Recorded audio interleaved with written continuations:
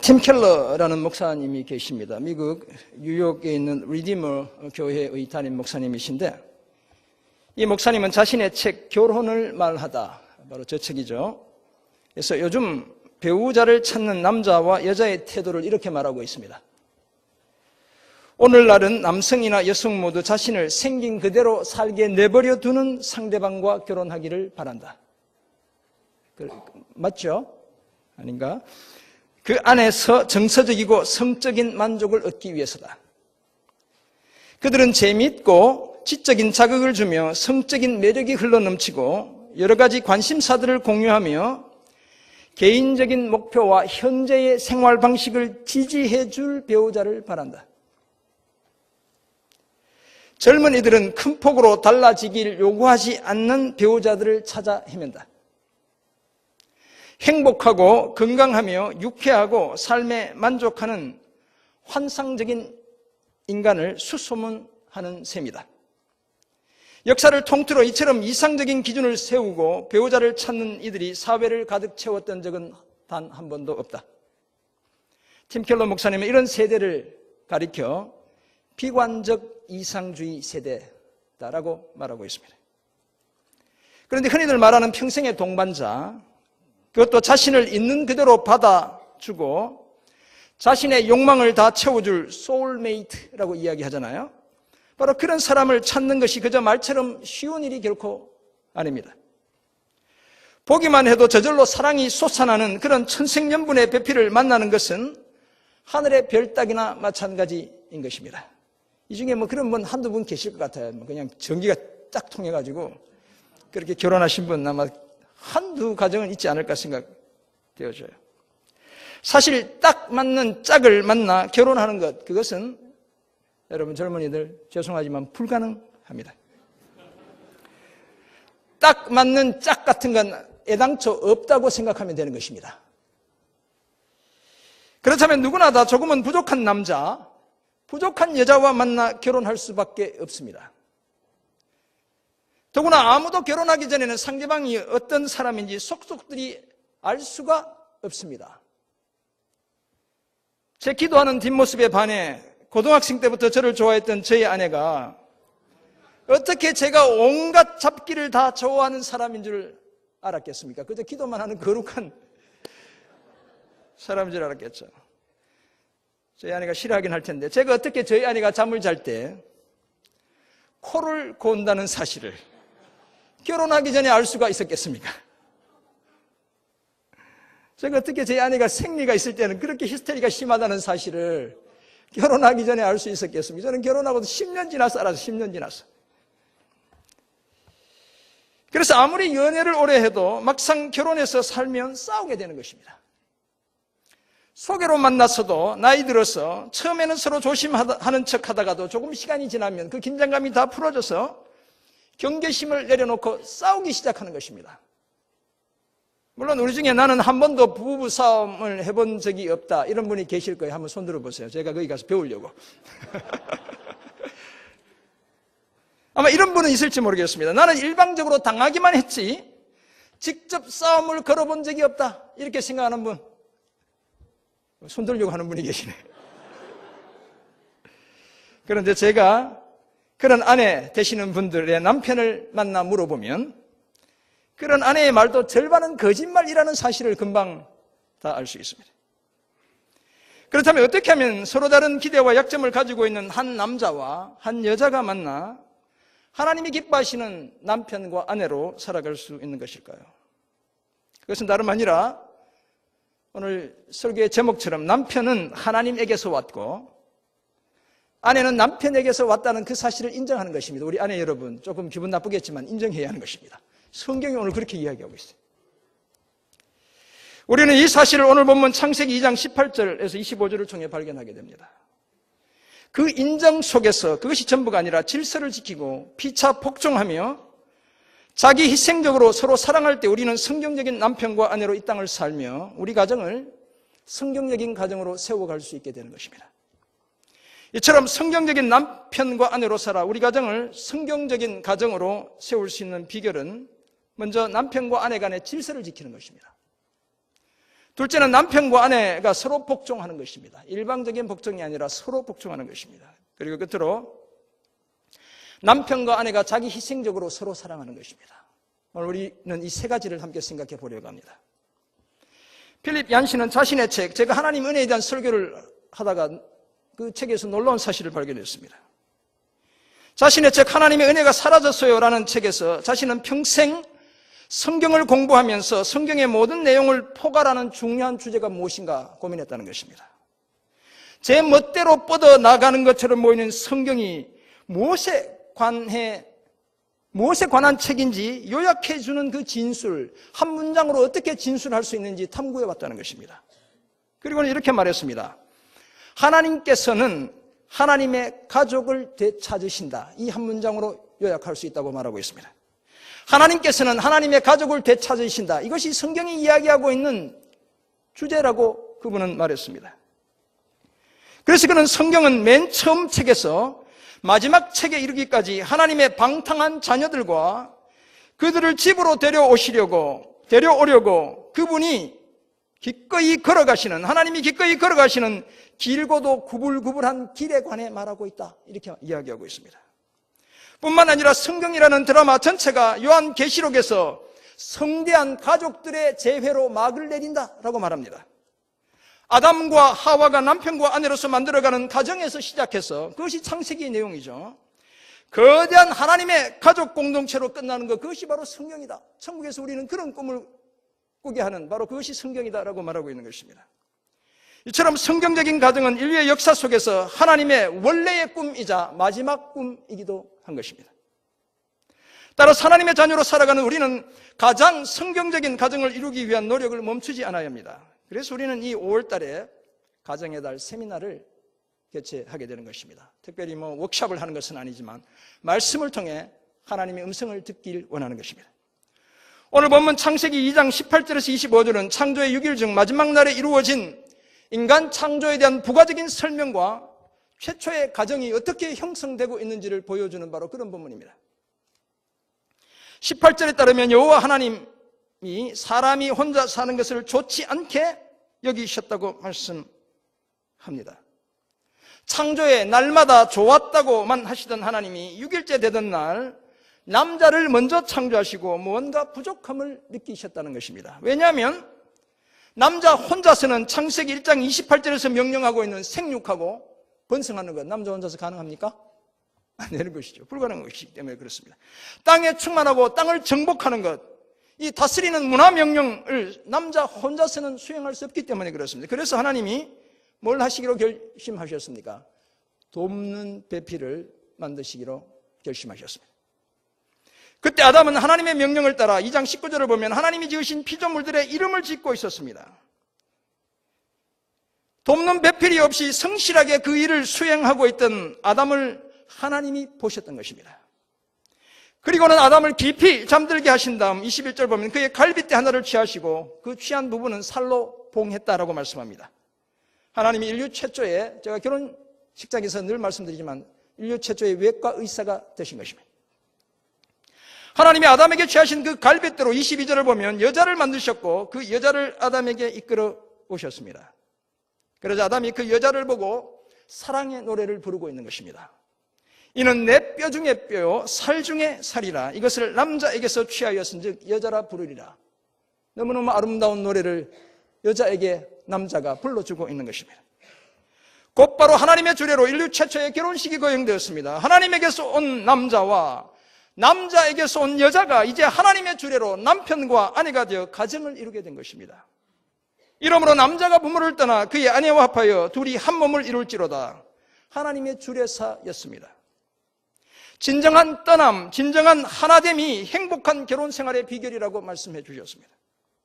그 가정이 얼마나 완벽했던지 남편 아내와 아내 하와가 벌거벗었지만 서로 부끄러워하지 않았다고 성경은 말씀합니다. 그런데 얼마 가지 못해 죄가 남편과 아내의 관계를 파괴했습니다. 원망과 갈등이 시작되었고 질서와 조화가 다 깨어지게 되었습니다. 그러나 이런 가정을 바라보는 하나님의 기대는 한결같은 것이었습니다. 원래의 모습을 회복하는 것이었습니다. 그리고 그 회복은 오늘 예수를 믿고 새 언약 백성들로 살아가는 바로 저와 여러분들로부터 시작되어야 하는 것입니다. 그렇다면 남편과 아내가 성경적인 가정을 세워가기 위해서는 먼저 서로 간에 질서를 지켜야 합니다. 창세기에서 소개하는 하나님의 창조에는 크게 두 가지 요소가 두드러진다고 우리가 말할 수 있습니다. 첫째는 아무것도 없는 것에서 모든 것이 있게 하시는 특성을 가지고 있습니다. 창세기 1장 1절에 태초에 하나님이 천지를 창조하시니라, 이것은 바로 그 사실을 말합니다. 무에서부터 유로의 창조, 엑스 니힐로라고 이야기하는데 전혀 없는 것에서 다 있는 것으로의 창조가 바로 하나님이 만드신 창조의 특징인 것입니다. 우리는 물질을 가지고 물질을 만들어내지만 하나님은 아무것도 없는 것에서 모든 것을 만들어내셨다는 것입니다. 두 번째 특징은 무질서와 혼돈에서 질서와 조화를 만들어내는 것입니다. 창세기 1장 2절 이하의 내용은 바로 그 사실을 보여주고 있습니다. 하나님은 혼돈하고 공허하며 흑암이 깊은 세상에 질서와 물질과 빛이 있게 하셨습니다. 하나님의 창조에 따라 모든 피조물들은 질서 있게 각기 제자리를 차지했습니다. 서로 완벽한 조화를 이루었던 것입니다. 그리고 그 절정이 바로 인간의 창조, 곧 남자와 여자의 창조였습니다. 그 두 사람은 하나님의 뜻에 따라 남편과 아내가 되어 가정을 이루게 되었던 것입니다. 그 가정 안에도 질서와 조화가 도도한 강물이 되어 흐르고 있었습니다. 다 그런 것은 아니겠지만 현대의 많은 아내들은 돕는 배필이라는 말을 별로 좋아하지 않습니다. 그런데 돕는 배필이라는 말은 종속적이거나 수동적인 역할을 하는 사람을 지칭하는 것이 아닙니다. 성경에서 돕는 자라는 말은 그런 수동적인, 종속적인 그런 사람을 지칭하는 것이 아니라는 것입니다. 성경은 여호와 하나님도 돕는 자라고 말합니다. 도우시는 이라고 말씀하고 있습니다. 적극적으로 우리가 할 수 없는 것을 대신해 주시고 우리의 필요를 도와주시는 분, 그분이 바로 돕는 자인데 그분이 누구라고요? 하나님이라는 것입니다. 따라서 아내는 남편의 부족함을 채워주는 아주 고맙고도 소중한 존재인 것입니다. 그리고 남편 또한 아내의 부족함을 채워주는 역할을 하게 되는 것입니다. 그렇다면 아내만 돕는 배필이 아니라 남편 또한 돕는 배필인 것입니다. 최초의 가정에는 서로 부족함을 채워주는 돕는 역할이 완벽하게 작동하고 있었습니다. 그런데 죄로 말미암아 질서는 무너졌고 조화는 깨어지고 말았습니다. 그것에 대한 1차적인 책임이 아내에게 있는가 남편에게 있는가, 그것은 별로 중요하지 않습니다. 둘 모두가 하나님의 말씀을 지키지 못했고 하나님이 만든 질서와 조화를 깨뜨렸던 것입니다. 그 결과 무질서와 혼돈이 다시 가정을 지배하기 시작했습니다. 그리고 이것은 가정을 넘어 온 사회의 문화적 현상이 되고 말았던 것입니다. 그래서 이제는 남편과 아내가 서로 돕는 대상이 아니라 서로 원하고 다스리는 대상이 되었습니다. 창세기 3장 16절은 바로 그 사실을 말씀하고 있습니다. 16절 뒷부분이 뭐라고 말씀합니까? 너는 남편을 원하고 남편은 너를 다스릴 것이니라 하시고라고 말씀하고 있습니다. 다시 말해서 이제는 돕는 대상이 아니라 서로 주도권을 다투는 대상이 되고 말았다는 것입니다. 아내는 남편을 통제하려 들고 남편은 아내를 지배하려 들게 되었습니다. 오늘 여러분들은 거룩하게 사시기 때문에 서로 도우면서 잘 사시겠지만 저희 가정만 해도 이런 현상을 보이고 있는 것이죠. 그렇다면 사랑하는 성도 여러분, 성경적인 가정으로 회복되기 위해서 남편과 아내가 해야 할 일은 자명한 것입니다. 다시 질서를 지키는 것입니다. 조화를 회복하는 것입니다. 통제하고 지배하려 들 것이 아니라 서로 도와주는 것입니다. 하나님은 이 질서와 조화의 회복을 위해 이미 아담과 하와가 범죄하던 때부터 하나님의 아들 예수 그리스도의 십자가를 준비하고 계셨다고 우리는 말할 수 있습니다. 가정 안에서의 무질서는 하나님의 창조의 원리를 거스리는 것입니다. 따라서 남편과 아내는 범죄하기 전 원래의 질서와 조화로운 상태로 되돌아가기 위해 힘써야 합니다. 통제하고 다스리기보다 서로 이해하고 돕고 양보하며 섬겨야 하는 것입니다. 그런데 문제는 아직도 남편과 아내가 이 질서를 오해하고 있다는 것입니다. 가정에서 질서는 권한이나 권력의 우열을 말하는 것이 아닙니다. 지위상의 주도권, 영어로 이야기하면 헤드십을 이야기하는 것입니다. 머리됨을 이야기하는 것입니다. 그렇다면 아내들은 그리스도가 교회의 머리됨을 인정하듯 남편들의 머리됨을 인정해 줄 수 있어야 합니다. 하나님의 뜻에 일치하는 결정이라면 남편들의 결정을 존중해 줘야 합니다. 엉터리 같은 결정을 내릴 때에도 너무 매몰차게 남편들을 무시하지 않아야 합니다. 당신이 이런 얘기 함부로 하지 말아야 한다는 것이죠. 이런 지혜로운 아내를 이길 남편이 없는 것이죠. 남편을 이해하려고 노력한 다음 아내의 입장을 말하면 남편들이 다 따라오게 되어 있는 것입니다. 그래도 안 따라오는 남편은 지질이 고생하게 되어 있습니다. 걱정하지 마세요. 남편에 대한 아내의 진실하고 따뜻한 배려가 남편을 변화시키고 마침내 가정의 질서를 회복시키는 것입니다. 남편 또한 내가 부족한 것을 아내들이 엄청 많이 채우고 있다는 사실을 솔직하게 인정하는 태도가 가정의 조화를 회복시키게 되는 것입니다. 가정 안에서의 질서를 회복하는 아내와 남편이 되어 우리 가정을 가장 성경적인 가정으로 세워가는 그런 저와 여러분 모두가 되시길 주님의 이름으로 축원합니다. 남편과 아내가 성경적인 가정을 세워가기 위해 두 번째, 서로 복종해야 합니다. 존 그레이라는 사람이 쓴 화성에서 온 남자, 금성에서 온 여자라는 책을 대부분 들어봤고 읽어본 많은 분들이 있을 것입니다. 이 책을 보면 화성에서 살던 남자들이 금성에서 살던 여자들을 얼핏 보고는 사랑에 푹 빠지게 되었습니다. 우주 여행을 통해 금성으로 날아갔고 금성에 살던 여자들도 화성 남자들을 열렬히 두 팔 벌려 환영하게 되었습니다. 처음에 그들의 사랑은 마법과도 같았습니다. 함께 있는 것이 즐거웠고 무엇이든 함께하고 함께 나누면서 기쁨을 마음껏 누렸습니다. 비록 서로 다른 세계에서 왔지만 그들은 그 차이를 마음껏 즐길 수 있었습니다. 서로 다른 욕구와 기호, 행동 양식을 이해하는데 몇 개월이면 충분했습니다. 그리고 몇 년 동안 그들은 서로 사랑하고 조화를 이루며 살았습니다. 그러던 어느 날 화성 남자들과 금성 여자들은 지구로 여행을 가기로 아예 이민을 가기로 마음을 먹었습니다. 처음에는 모든 것이 근사하고 아름다웠습니다. 그런데 지구 환경의 영향으로 말미암아 갑자기 그들은 이상한 기억 상실증에 걸려 어느 날 아침 눈을 뜨게 되었습니다. 그때 이후 화성에서 온 남자들과 금성에서 온 여자들은 자신들이 서로 다른 행성 출신이고 그래서 서로 다를 수밖에 없다는 그 사실을 기억하지 못했습니다. 그들이 지금까지 알고 있던 서로의 차이점들이 기억에서 모두 지워지면서 그들은 이제 다투기 시작했습니다. 그래서 작가 존 그레이는 남자와 여자가 서로 다른 차이를 기억해야 한다는 말로 자신의 책을 시작하고 있습니다. 잊어버린 그 차이를 다시 기억해야 한다는 것입니다. 사실 우리 대부분의 결혼 생활이 바로 이런 모습입니다. 그래서 우리 서로의 차이를 기억하는 것은 건강한 결혼 생활을 이어가는 데 아주 유익합니다. 그런데 성경은 질서와 조화가 깨어진 남편과 아내의 관계를 회복하기 위해 그 이상을 요구하고 있습니다. 차이를 기억하는 것 이상을 요구하고 있다는 것입니다. 그것은 다름 아니라 피차 복종, 곧 서로 복종하라는 것입니다. 그것도 그리스도를 경외함으로 피차 복종하라고 말씀하고 있습니다. 에베소 5장 21절이 바로 그 사실을 말씀합니다. 그래야 성경적인 가정으로 회복될 수 있다는 것입니다. 그런데 사실 서로 복종하는 것도 성령 충만한 삶을 통해 가능합니다. 그래서 에베소 5장 18절의 내용 20절까지 이어지는 것입니다. 바꾸어 말하면 성령 충만한 사람들의 부부 관계의 대원리가 바로 피차 복종하는 것이다 라고 말하고 있는 것입니다. 그리고 22절 이하의 33절까지 부부 관계가 어떠해야 하는지를 말씀하는 것입니다.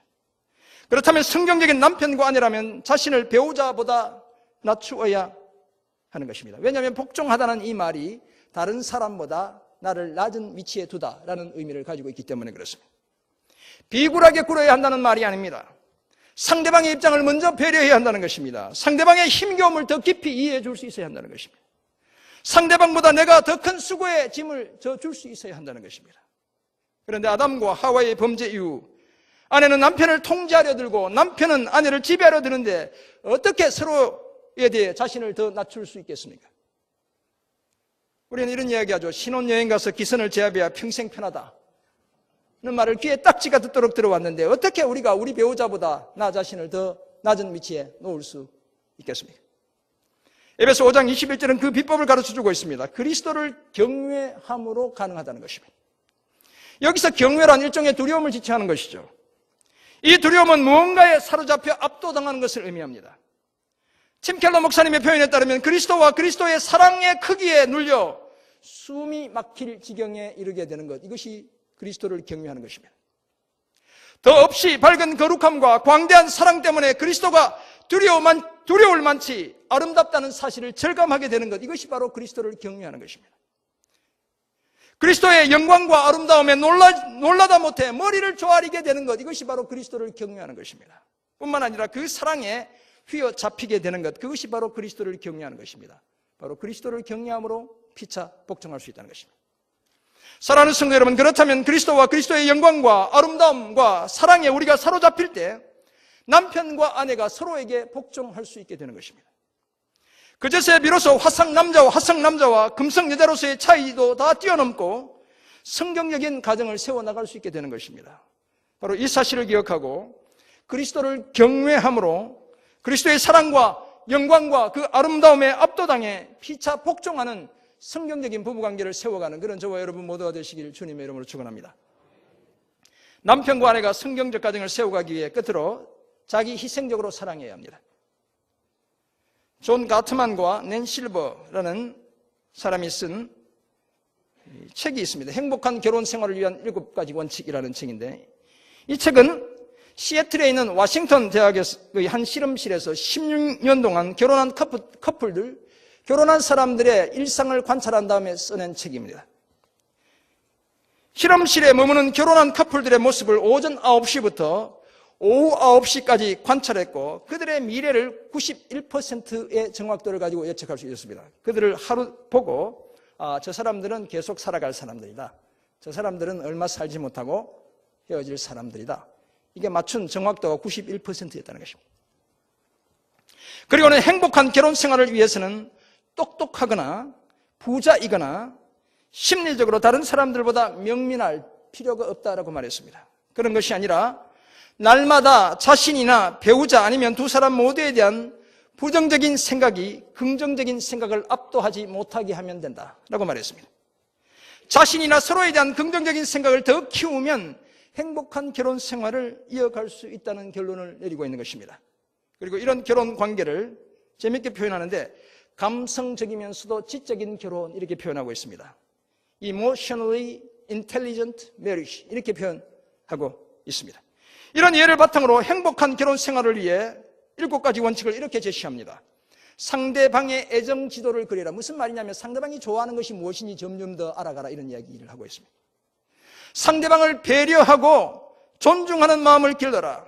상대방에게서 달아나지 말고 진심으로 대하라. 상대방의 의견을 존중하라. 해결 가능한 문제는 같이 해결하라. 교착 상태를 해결하라. 함께 공유할 의미를 발견하라. 등의 7가지 원칙을 제시하고 있습니다. 그런데 행복한 결혼 생활을 위해 에베소서 5장은 이것보다 훨씬 더 파격적인 원칙을 제시하고 있습니다. 그것은 다름 아니라 자기 희생적인 사랑의 원칙인 것입니다. 나를 희생하는 사랑의 원칙인 것입니다. 그리고 그 관계의 모델이 바로 그리스도와 교회라고 말씀하고 있습니다. 아내의 복종과 남편의 사랑이라는 말이 서로 다르게 사용되고 있긴 하지만 그것은 모두 자기 희생적인 사랑에서 비롯되는 것입니다.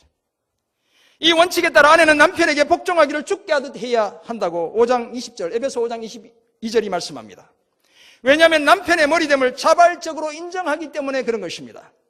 그러므로 교회가 죽게 하듯 범사에 남편에게 복종할 것을 요청하고 있습니다. 하나님의 뜻에 일치한다면 자연스럽게 남편들의 그 권위를 인정해 줘야 하는 것입니다. 물론 이것이 전부라면 아내들의 입장에서는 많이 억울할 것입니다. 그러나 다행스럽게도 남편들을 향한 명령은 아내들을 향한 요청보다 훨씬 더 엄중한 것입니다. 그리스도께서 교회를 사랑하시고 교회를 위해 자기 자신을 주심같이 아내를 사랑하라고 에베소 5장 25절에서 말씀하고 있습니다. 그렇다면 어떻게 사랑하는 것입니까? 목숨 걸고 아내를 사랑해야 한다는 것입니다. 우리 남편 여러분, 어떻게 사랑해야 된다고요? 목숨 걸고 아내를 사랑해야 한다는 것입니다. 뿐만 아니라 그리스도께서 교회를 깨끗하고 거룩하게 세우셨듯이 아내를 그렇게 하면서 사랑해야 한다는 것입니다. 사랑하는 성도 여러분, 예수님은 이 사랑의 원칙을 십자가를 통해 보여주셨습니다. 우리가 정말 성경적인 남편과 아내로 세워지고 그래서 우리 가정을 성경적인 가정으로 회복시키기 원한다면 우리는 힘들어도 예수님과 교회의 그 관계의 모델을 우리가 본받아야 하는 것입니다. 다른 많은 길은 그저 참고용일 뿐인 것입니다. 참고서일 뿐인 것입니다. 교과서는 하나님의 말씀이 담긴 성경이고 주님이 지신 십자가인 것입니다. 순서상으로 아내가 남편에게 온 것은 맞지만 사실 남편과 아내 모두는 누구로부터 왔습니까? 하나님으로부터 온 존재들인 것입니다. 남편과 아내 모두가 하나님의 모양과 형상대로 하나님의 성품을 따라 지음받은 존재인 것입니다. 그러므로 남편과 아내는 서로 간의 관계를 그리스도와 교회의 관계처럼 회복해 가야 하는 것입니다. 이런 희생적 사랑의 실천을 통해 우리 각 가정을 가장 성경적인 가정으로 세워가는 그런 남편과 아내 모두가 되시기를 주님의 이름으로 축원합니다. 이런 사실을 깨달은 우리는 이제 어떤 삶을 살아야 하는 것이겠습니까? 두 가지를 말씀드립니다. 우리 남편들은 전심으로 아내를 사랑해야 합니다. 이제 잠을 깨실 때가 됐어요. 어린이날인 지난 금요일 아침 저희 아내는 저에게 자기는 남편인 저의 삶의 우선순위의 세 번째다라고 말했습니다. 첫 번째는 교회라는 것입니다. 둘째는 늘 편들기만 하는, 그래서 남편 때문에 우리 아빠 때문에 애들이 다 망쳤다고 이렇게 늘 얘기하는데 늘 편들기만 한 자식들이라는 것입니다. 그리고 그 다음에 자기라고 이렇게 이야기합니다. 사실 그 어느 것도 교회든 자식이든 아내든 우리가 어떻게 우선순위를 따질 수 있겠습니까? 따질 수 없을 만큼 다 중요하지만 이제 제가 나이가 들어가는데 제 편안한 노후를 위해서라도 적어도 자식보다는 아내가 더 우선순위에 있다는 것을 보여줘야겠다, 이런 결심을 제가 그날 하게 되었습니다. 저를 비롯한 남편 여러분, 남편과 자식만 바라보고 자신의 온 청춘을 그저 소모품처럼 사용해버린 여러분의 아내를 진심으로 사랑해야 합니다. 사랑하는 남편 여러분, 여러분의 아내를 더 이상 괴롭게 하지 않아야 합니다. 여러분 제 말 잘 들어야 합니다. 아멘 좀 크게 하세요, 우리 여자분 아내 되시는 분들. 밖에서는 늘 조용하면서도 유독 집에 들어와서 아내에게만 큰 소리 치는 그 못된 버릇, 남편 여러분 고쳐야 합니다.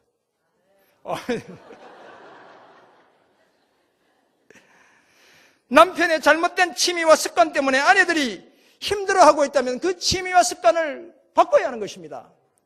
낚시 늘 다녀서 밤새도록 걱정하게 하는 이런 남편이 있다면 고쳐야 하는 것입니다. 그리고 정말 아내를 사랑하고 있다는 것을 그저 입술에 발린 말이 아니라 삶으로, 행동으로 보여줄 수 있어야 합니다. 여유가 있다면, 아니면 지갑을 더 짜더라도 늘 주는 생활비 말고 옷 사 입으라고, 어디 한번 놀러 가보라고 듬뿍 돈도 안겨줄 수 있어야 합니다. 여기에도 말입니다. 그렇게 줄 돈이 없다면 나는 이제 은퇴도 했고 어떻게 해야 돼요? 집안 청소라도 한 번 더 해주고 설거지라도 해줄 수 있어야 하는 것입니다. 이런 노력을 통해 전심으로 사랑하고 있다는, 온 마음으로 사랑하고 있다는 그 사실을 아내의 가슴에 심어주는 그런 저와 여러분 모두가 되어야 하는 것입니다. 이제 아내들 차례입니다. 우리 아내는 진정한 돕는 배필이 되어야 합니다. 아내들 여러분, 여러분 중에 정말 난 억울하다고 생각하는 분들이 있을 것입니다. 해바라기처럼 남편만 바라보고 살았는데 여러분 몰래 바람을 피웠던 남편들도 아마 이 중에 들어있을 것입니다. 웃고 있지만 속으로 울고 있는 분이 계실 거예요. 당장 나도 맞바람을 피우고 싶었고 성질 같아서는 당장 이혼해버리고 싶었지만 자식들 생각하느라 꾹 참고 지낸 그런 아내들도 아마 이 중에 들어있을 거예요. 남편의 사업 실패로 직장에서 쫓겨나 찾아온 그 어려움 때문에 죽지 못해 살아야 했던 그 힘겨운 시간을 보낸 그런 분들도 적지 않을 것입니다. 그렇게 참고 지낸 아내 여러분, 정말 고생하셨고 정말 잘하셨습니다. 그런 여러분들이야말로 진정한 돕는 배필인 것입니다. 철없는 남편들 응석 다 받아주신 아내 여러분들이야말로 위대한 하나님의 딸인 것입니다. 지금도 여전히 못난 남편이지만 끝까지 돕는 배필의 자리를 포기하지 않는 그런 아내 모두가 되시기를 주님의 이름으로 부탁합니다. 그런 아내 여러분의 수고를 하나님께서 다 갚아주실 것입니다. 그런 아내 여러분들 때문에 여러분의 가정이 성경적인 가정으로 세워지고 여러분의 자녀들이 믿음의 아들, 믿음의 딸들로 살아가게 될 것입니다. 팀 켈러 목사님은 현대인들은 거의 우주적일 만큼 거대한 비현실적인 기대를 결혼 생활 위에 얹어버리기 때문에 결혼 생활에 따른 수고로움과 고통을 실제 이상으로 부풀린다, 결혼하고 나면 엄청 괴로울 거야, 힘들 거야, 맞춰줘야 하니까 귀찮을 거야, 이렇게 생각한다는 것입니다. 그래서 결혼이라는 제도 자체가 아예 죽어가고 있다고 말하고 있습니다. 이것은 하나님의 명령을 거스르는 것입니다. 사실 이것은 심각한 문제가 아닐 수 없습니다. 물론 하나님에게서 온 남자와 남자에게서 온 여자가 지구상에서 서로 만나 함께 살아간다는 것, 그것이 말처럼 결코 쉬운 일이 아닙니다. 그러나 그렇다고 해서 그것이 감당할 수 없을 만큼 어려운 일도 아닌 것입니다. 예수를 믿는 우리는 결혼에 대해 너무 이상적이지도 않아야 하지만 너무 현실적이지도 않아야 하는 것입니다. 우리는 남편과 아내로 살아가는 결혼 또는 부부 관계에 대해 이상적이고 현실적인 것이 아니라 성경적이어야 하는 것입니다. 그럼 우리는 결코 결혼을 쉽게 포기하지 않아야 하고 질서와 복종, 사랑의 원리를 계속 꿈꿔야 하는 것입니다. 사랑하는 성도 여러분, 성경은 결혼이 마치 그리스도와 교회의 관계처럼 커다란 비밀이라고 말씀하고 있습니다. 에베소 5장 32절은 바로 그렇게 이야기하고 있습니다. 이 비밀이 크다는 것입니다. 결혼이라는 것이 하나님의 영이 도와주시지 않는 한 결코 이해할 수 없을 만큼 어마어마하게 크고 근사하며 심한 비밀이라는 것입니다. 그렇다면 결혼의 당사자인 남편과 아내가 성경적인 가정을 세워가기 위해서는 그리스도와 교회의 관계를 잘 이해해야 합니다. 거기서부터 출발해야 하는 것입니다. 그것을 믿음으로 해서 이제 가정에서의 질서와 조화를 회복하는 그런 남편과 아내 되시기를 간절히 소원합니다. 그리스도를 경외함으로 피차 복종하는 그런 남편과 아내 되시기를 또한 소원합니다. 그리스도와 교회의 관계처럼 남편과 아내 모두가 서로를 향해 자기 희생적인 사랑을 실천해가는 그런 분들 모두가 되시기를 간절히 소원합니다. 이런 삶을 통해 전심으로 아내를 사랑하는 남편이 되고 진정으로 남편을 돕는 아내가 되어 하나님께서 계획하신 가장 성경적인 가정을 세워가는 그런 저와 여러분 모두가 되시길 주님의 이름으로 축원합니다. 아멘. 기도하겠습니다. 하나님 아버지, 우리는 늘 부족하지만 아름다운 꿈을 꿉니다. 우리 가정이 가장 성경적인, 가장 복음적인, 가장 주님을 기쁘시게 하는 복된 가정으로 세워지는 그 꿈을 꿉니다. 남편과 아내의 이 아름다운 관계에서부터 시작하게 되도록 은혜 내려 주옵소서. 불가피하게 주님 이혼하고 혼자 살아가며 아픔 속에 있는 주님의 자녀들이 있다면 주님을 영원히 신랑 삼고 더 아름다운 삶을 꿈꾸며 달려가도록 위로하시고 격려해 주옵소서. 감사드리며 축복하며 예수 그리스도의 이름으로 기도드립니다. 아멘. 네.